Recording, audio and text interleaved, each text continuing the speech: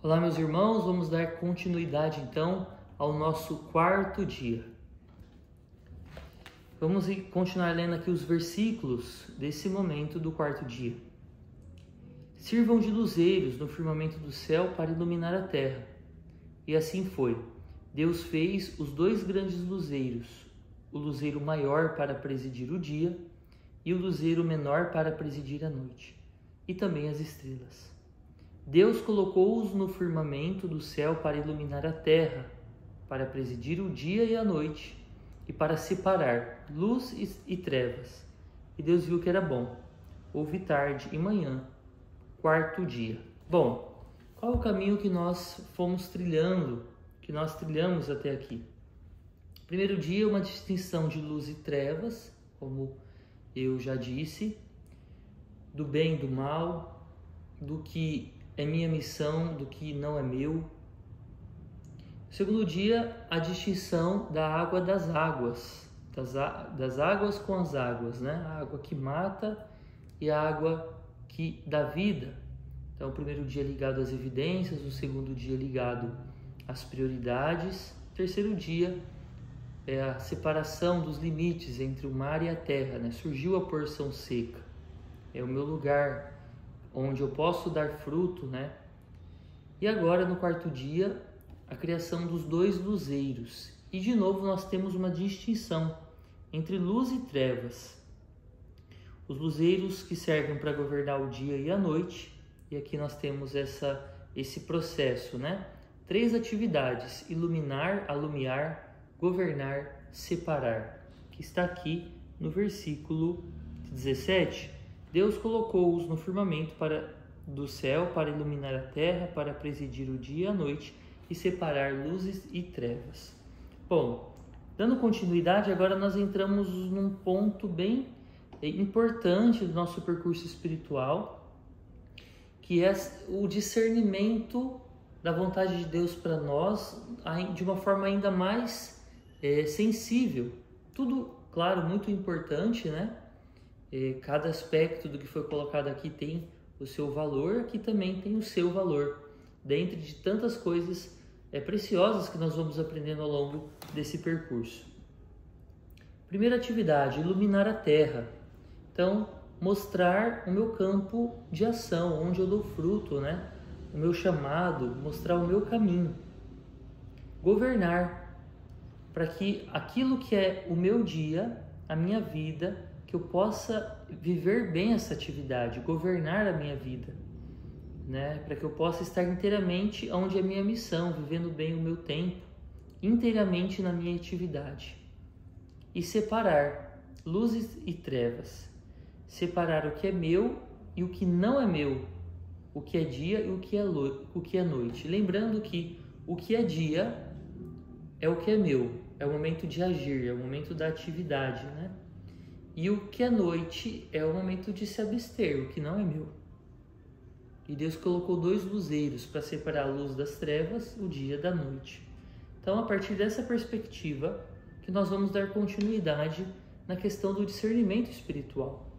Ou seja, tem luz que é dia, que faz parte da minha missão, da minha atividade, das minhas evidências, das minhas prioridades, do meu chamado. Mas tem luz que é noite. Mas é uma luz, mas é de escuridão? Tem luz que é escuridão. Parece que é bom, parece uma luz, mas é luz para governar a noite, não é para mim. Nós vamos avançando no caminho do discernimento espiritual. No nosso coração, na nossa mente, percebemos desordem nos pensamentos, nos sentimentos, na memória, na imaginação, e nós podemos perceber em nós mesmos quantas divisões interiores nós carregamos. Claramente podemos perceber essa confusão interior que nós vivemos. Muitas vezes nós queremos fazer uma coisa, mas parece que as nossas paixões vão para outro lado. A gente tenta esquecer uma coisa, a memória fica ali martelando. A nossa imaginação imagina tantas coisas irreais. Temos sentimentos que não gostaríamos de ter. Quantas ideias passam na nossa cabeça durante um só dia? Quantos pensamentos, bons e ruins?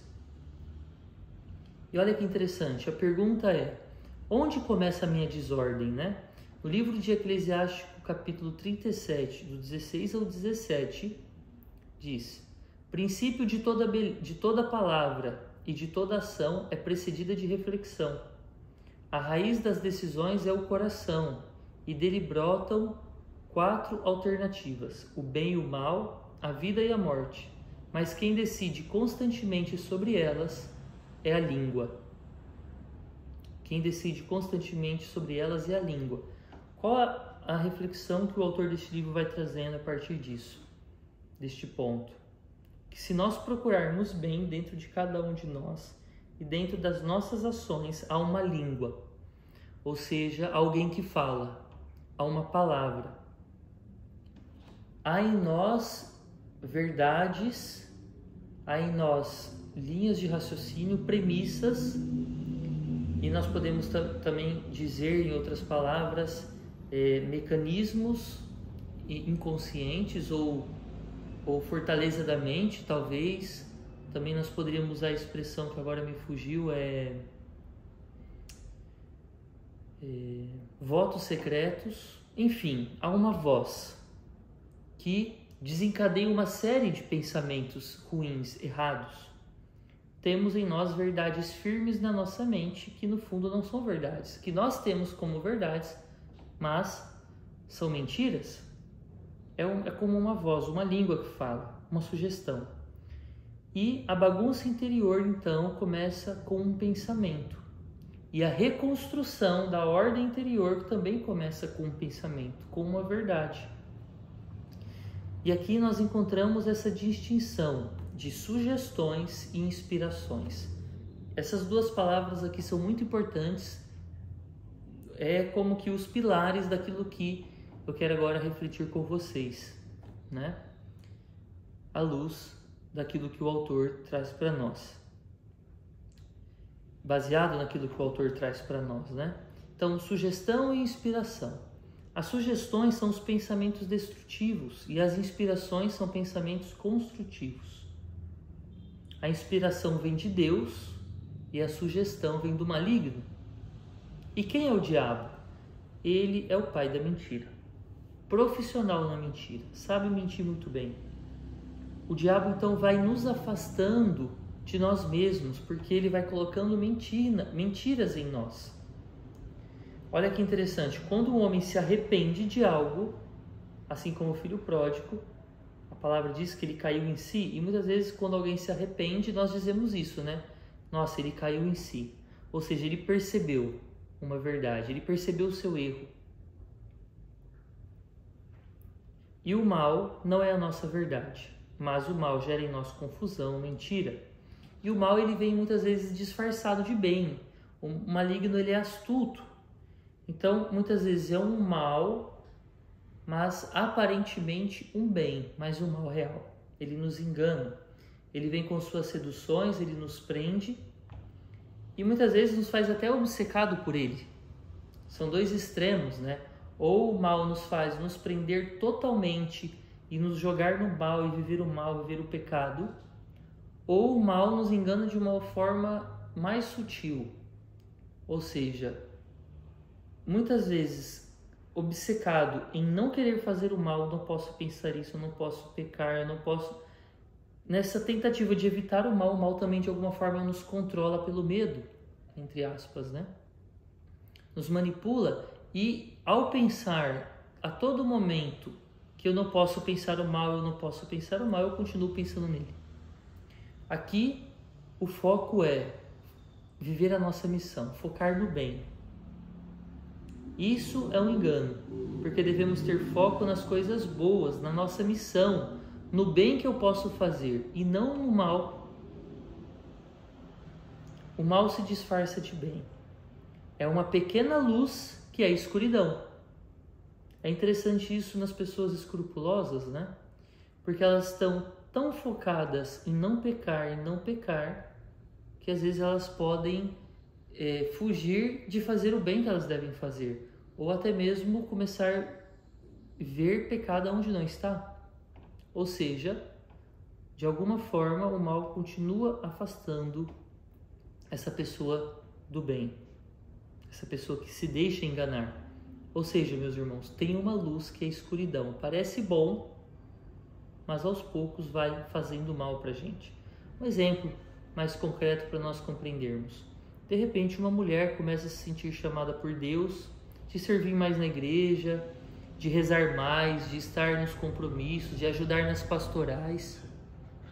Mas, com o tempo, algo bom. Ela começa a se afastar do marido.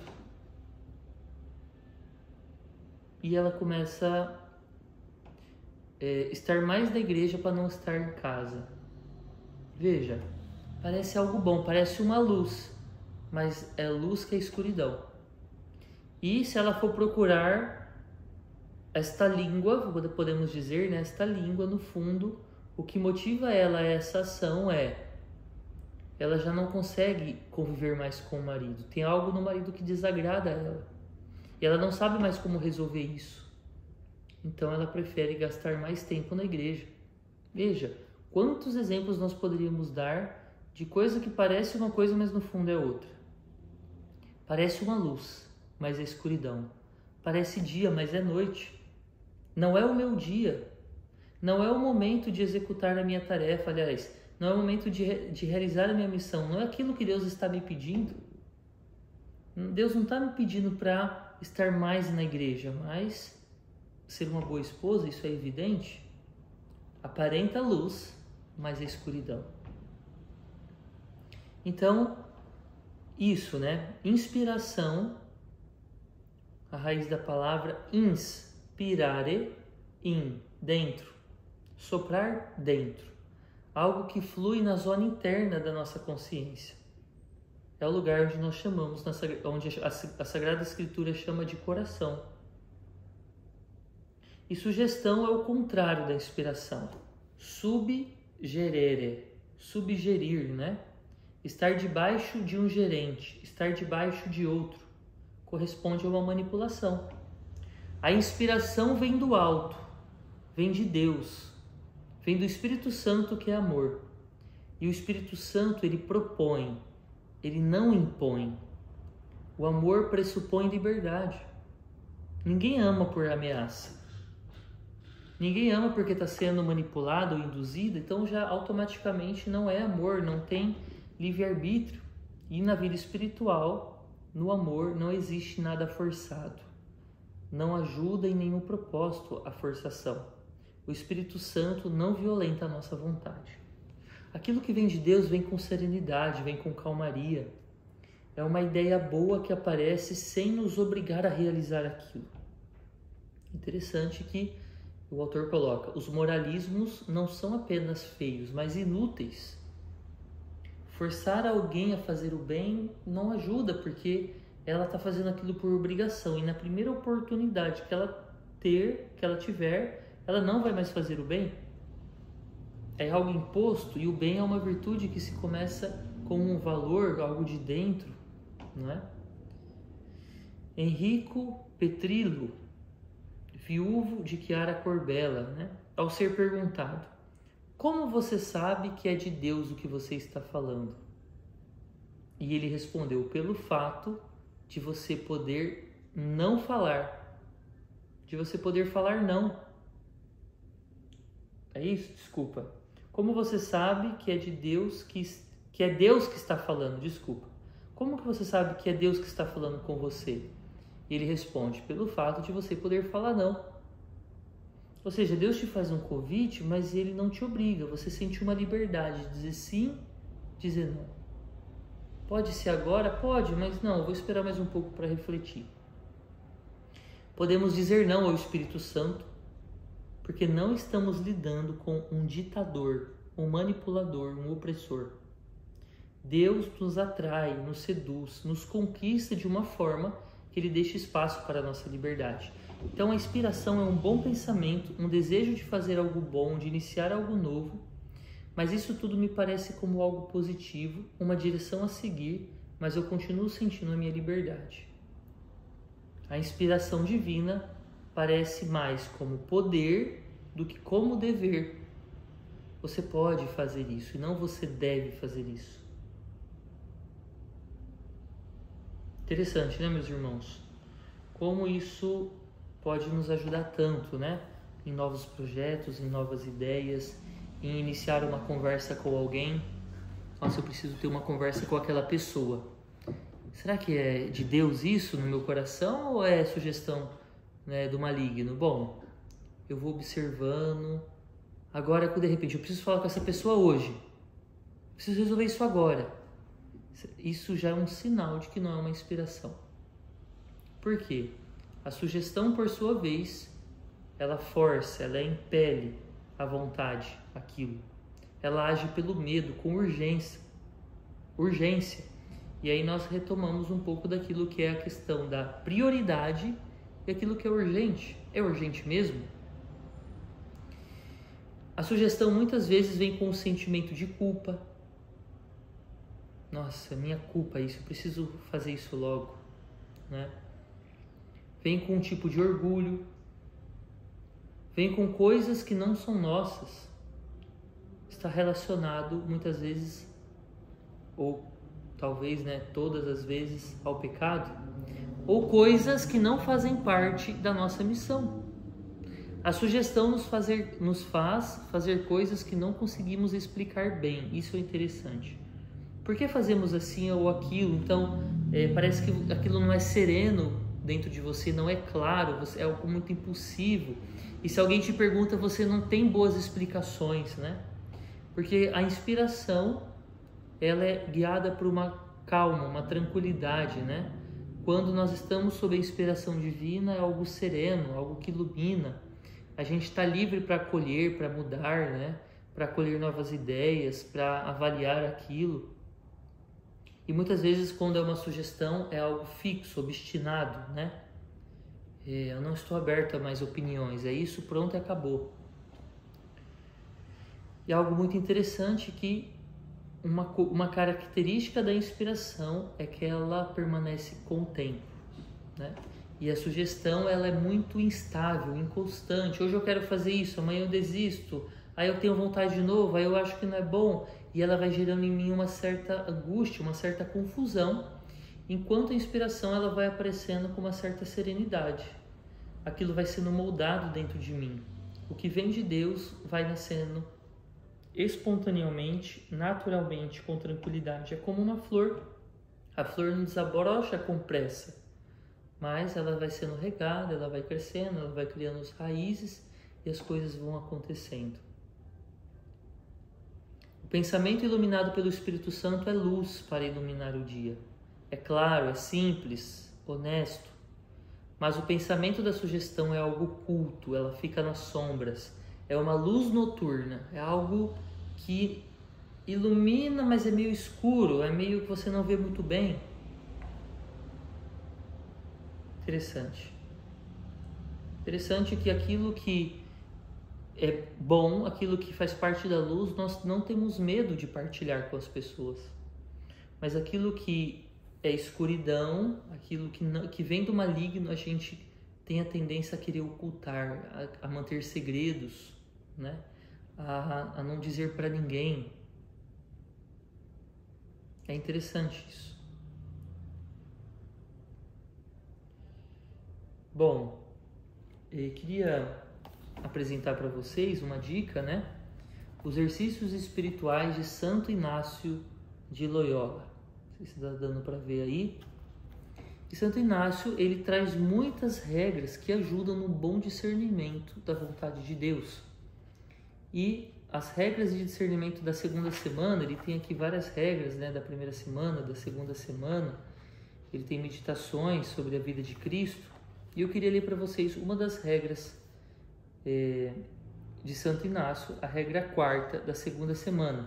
Para você que deseja, né, ter mais conhecimento sobre o discernimento espiritual, do que vem de Deus, do que não vem, então, os exercícios espirituais de Santo Inácio de Loyola e as regras do discernimento de Santo Inácio, né, sobretudo as regras do discernimento, então é muito importante e pode te ajudar muito.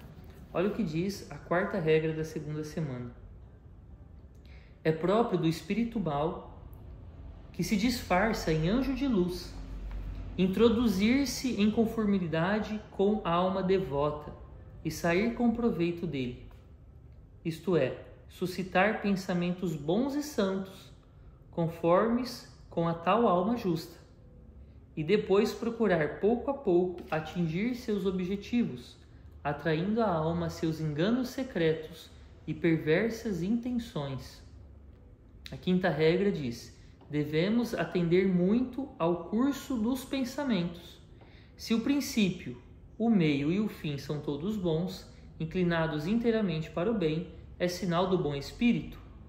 Mas se a sequência dos pensamentos sugeridos termina em alguma coisa má, ou que distrai, ou que é menos boa do que a pessoa se propuser anteriormente fazer, ou a enfraquece, ou inquieta, e conturba, tirando-lhe a paz, tranquilidade e quietude que antes possuía, então é sinal claro de que provém de mau espírito, inimigo do nosso proveito e salvação eterna. Olha que interessante, meus irmãos. Então, Santo Inácio vai falar que o inimigo vem disfarçado, o mal, o espírito mal, como se fosse um anjo de luz. É uma luz noturna, parece luz, mas tem luz que é escuridão. Se o pensamento te leva a fazer coisas boas que você não pode falar, partilhar, então pode ser uma sugestão, que eu dizia antes, né? A sugestão é movida por absolutização inconsciente, algo que divide o nosso ser, algo que eu posso fazer para agradar por medo de ser rejeitado, abandonado, e quando sou aceito eu me sinto mal, tenho culpa por não ser quem eu sou de verdade. Olha que interessante que a sugestão vai nos jogando para lá e para cá sem uma serenidade. Então, eu faço alguma coisa por medo, por culpa, para ser aceito. E quando eu sou aceito, eu estou ali, mas algo me incomoda porque eu não estou sendo autêntico, eu não estou sendo eu de verdade. Então, eu me sinto sozinho, porque as pessoas não gostam de mim pelo que realmente eu sou. Então, me sentindo sozinho, aí volta o ciclo, porque eu me sinto sozinho e eu posso voltar no mesmo ciclo de começar a fazer coisas para agradar os outros, para ser aceito. Então, a sugestão vai levando a gente por caminhos tortuosos, caminho que vamos andando em círculos, não é claro, não é sereno. Isso é o diabo que divide, que acusa, que traz confusão. Preciso servir mais a igreja, vem o pensamento. Mas vem do fato de que você não gosta mais da convivência com o marido. Bom, esse exemplo eu já dei, né? Enfim, acho que vocês já compreenderam, né? Esse pensamento vem como algo bom, mas qual é a origem dele? E, como Santo Inácio dizia, nós precisamos acompanhar o percurso do pensamento. Se ele nasce de uma origem boa, se ele usa meios bons para realizar aquilo, se o fim é bom. Ah, o fim é bom, mas aí para conseguir esse fim eu vou precisar manipular, enganar, né? O famoso os fins justificam os meios, né? Então, são pequenas coisas que vão fazendo a gente perceber se aquilo realmente é bom, não é de Deus, não é. O mal nunca é o caminho do bem. Os meios não justificam os fins. Uma sugestão tende a justificar o mal como necessário para conseguir um bem maior. E é interessante, é como se nós disséssemos que o mal não faz mal, que mentir constrói, não ser claro fortalece relações, manipular gera confiança, atacar os outros aumenta a autoestima.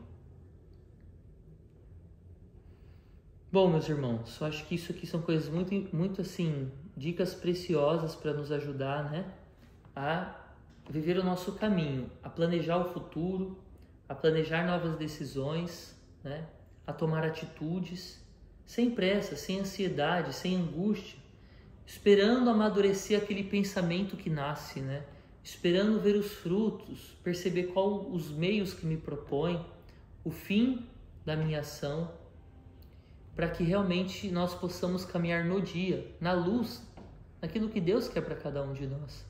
E afastar a luz que é escuridão, aquela luz noturna que parece bom, mas aos poucos pode ir nos tirando da vontade de Deus, num caminho de graça, das bênçãos e da nossa missão, da nossa vocação.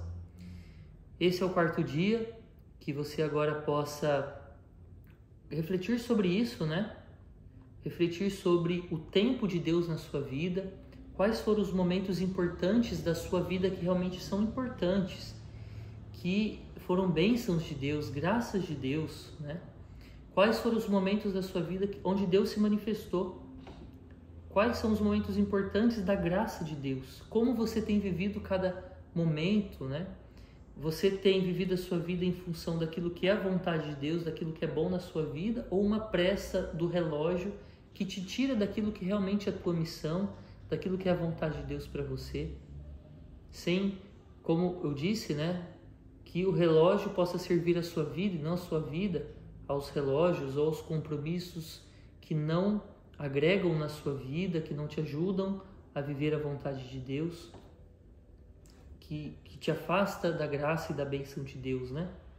Esses compromissos que te apressam, que distraem, etc, né? Então esse é um primeiro exercício que você pode fazer. E aqui, um momento de que é para a vida toda isso aqui, gente. Não tem como agora, eu vou fazer aqui, analisar os meus pensamentos. Isso aqui acontece com a vida, né? É um caminho para nós percorrermos de sempre. Isso aqui é uma sugestão, uma inspiração. O que gera no meu coração traz paz, traz confusão, traz ansiedade, traz angústia, ou traz serenidade, traz calmaria. As obras de Deus acontecem naturalmente, sem forçação, espontaneamente. As obras de Deus não nascem da ansiedade.